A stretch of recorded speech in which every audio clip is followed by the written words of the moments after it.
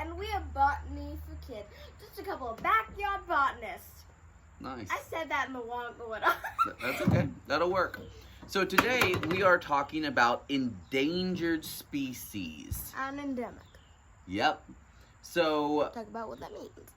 why don't you tell them a little bit about what endangered means? Endangered means something that there aren't many of, like some species of penguins. And I'm pretty sure some pandas.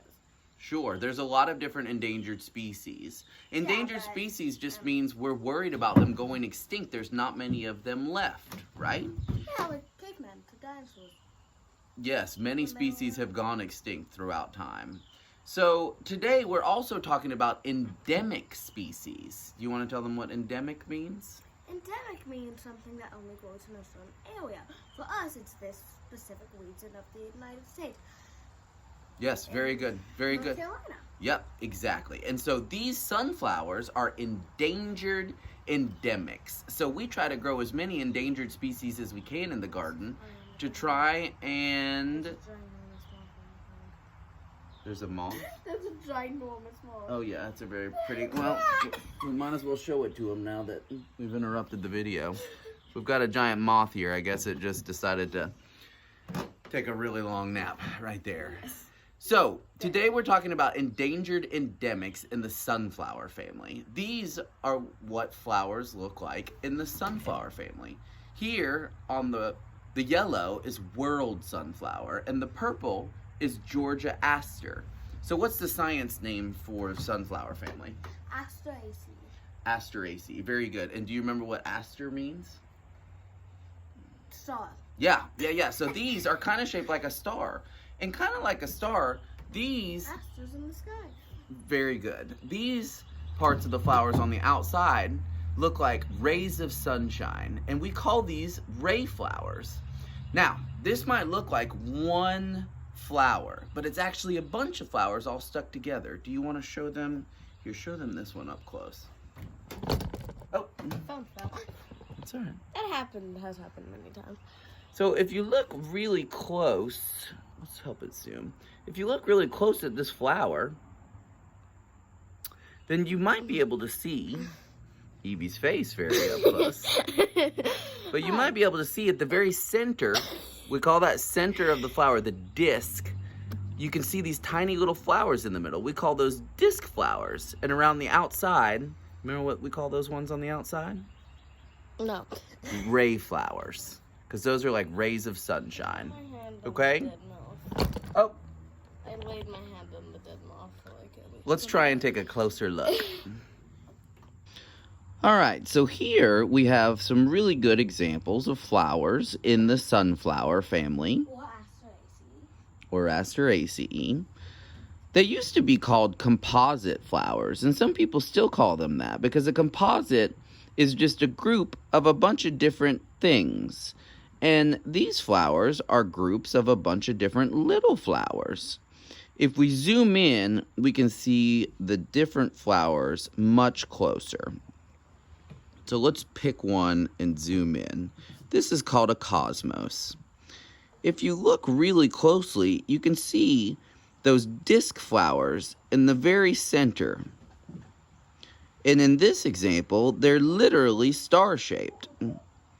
Surrounding those disc flowers, we have the ray flowers.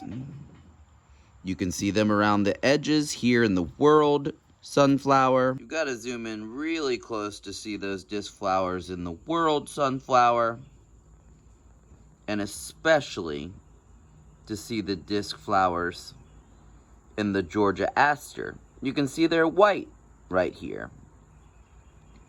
And then in this orange flower called Tithonia, you can even make out some male and female flower parts. Maybe you can see some pollen with the anthers, and maybe you can see those stigmas or pistils on those ray florets. So all flowers in the sunflower family. Welcome back.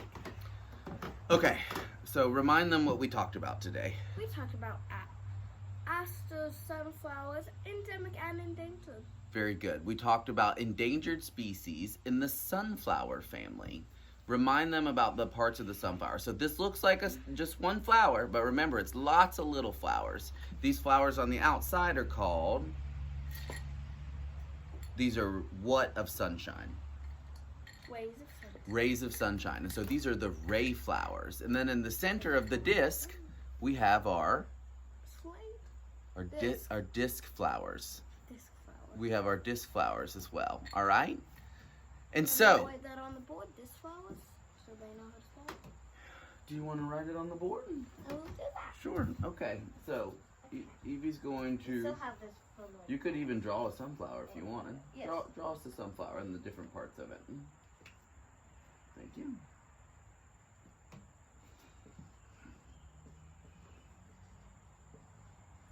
Yeah. Disc flowers. Those are here in the center. And in this one, they're literally even star-shaped.